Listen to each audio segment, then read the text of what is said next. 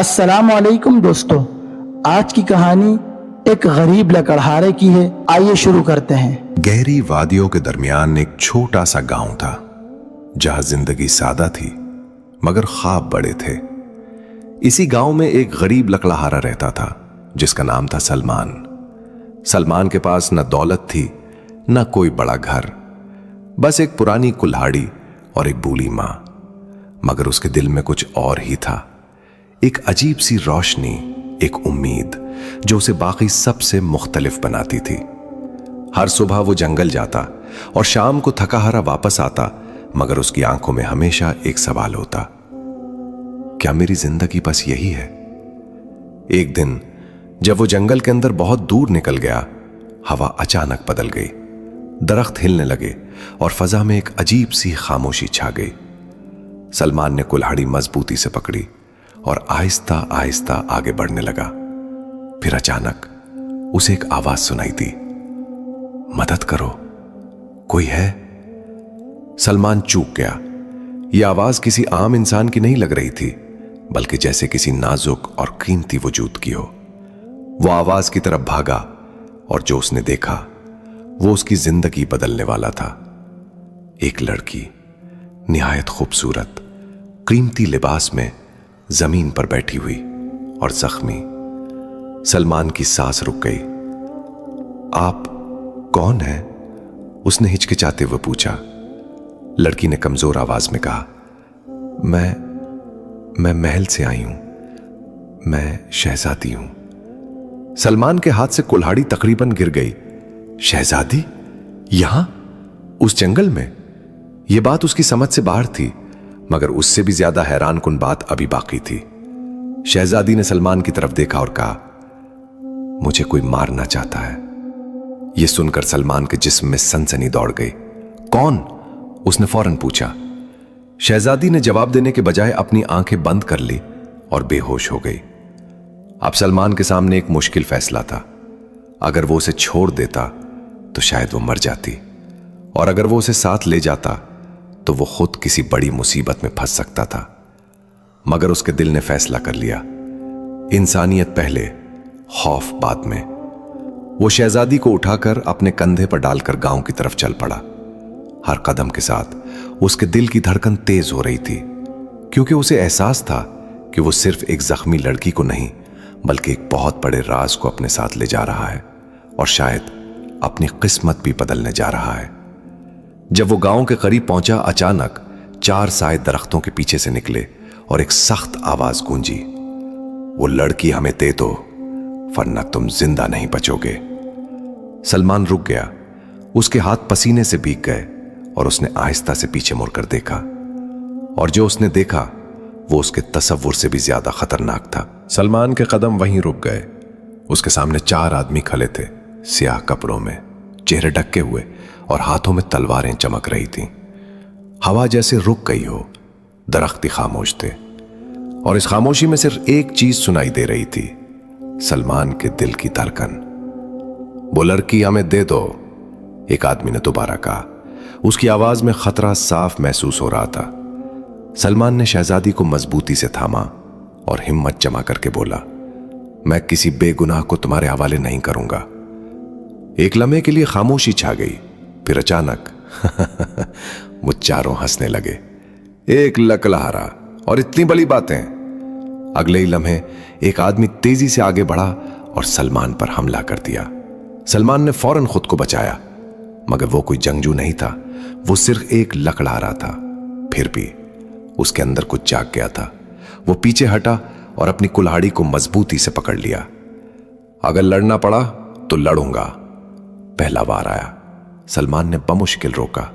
دوسرا وار اس کے بازو پر لگ گیا، خون بہنے لگا، مگر اس نے ہار نہیں مانی۔ وہ پیچھے ہٹتے ہٹتے ایک درخت کے ساتھ لگ گیا۔ اب اس کے پاس پیچھے جانے کی کوئی جگہ نہیں تھی، اور سامنے 4 دشمن، موت اس کے بہت قریب آ چکی تھی۔ مگر پھر کچھ ایسا ہوا جو کسی نے سوچا بھی نہیں تھا۔ اچانک جنگل کے اندر سے گھوڑوں کی آواز آئی، ٹاپ ٹاپ ٹاپ۔ سب کی نظریں ادھر مڑ گئیں، اور اگلے ہی لمحے چمکتی زرہیں پہنے ہوئے سپاہی نمودار ہوئے۔ رک جاؤ، ایک بلند آواز گونجی۔ وہ شاہی محافظ تھے۔ چاروں حملہ آور گھبرا گئے اور بھاگنے کی کوشش کرنے لگے، مگر دیر ہو چکی تھی۔ سپاہیوں نے انہیں گھیر لیا۔ چند لمحوں میں سب کچھ ختم ہو گیا۔ سلمان زمین پر بیٹھ گیا، سانس پھولی ہوئی، بازو سے خون بہہ رہا تھا، اور دل میں ایک ہی سوال، یہ سب کیا ہو رہا ہے؟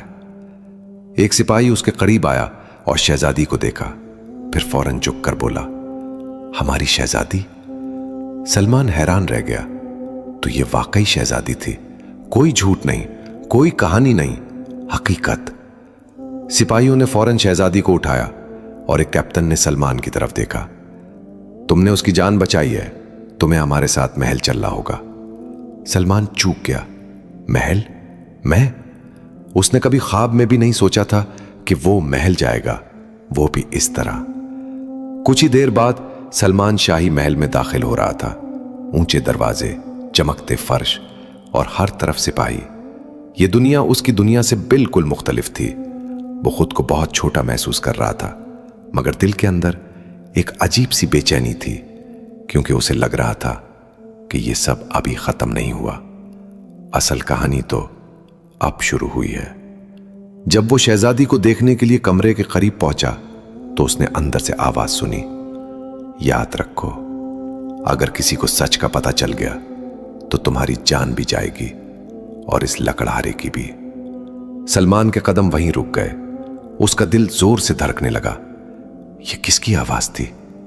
اور وہ کون سا سچ ہے جس کے لیے مجھے مارا جا سکتا ہے؟ محل کی لمبی راہداری، ہر طرف خاموشی، مگر سلمان کے دل میں طوفان چل رہا تھا۔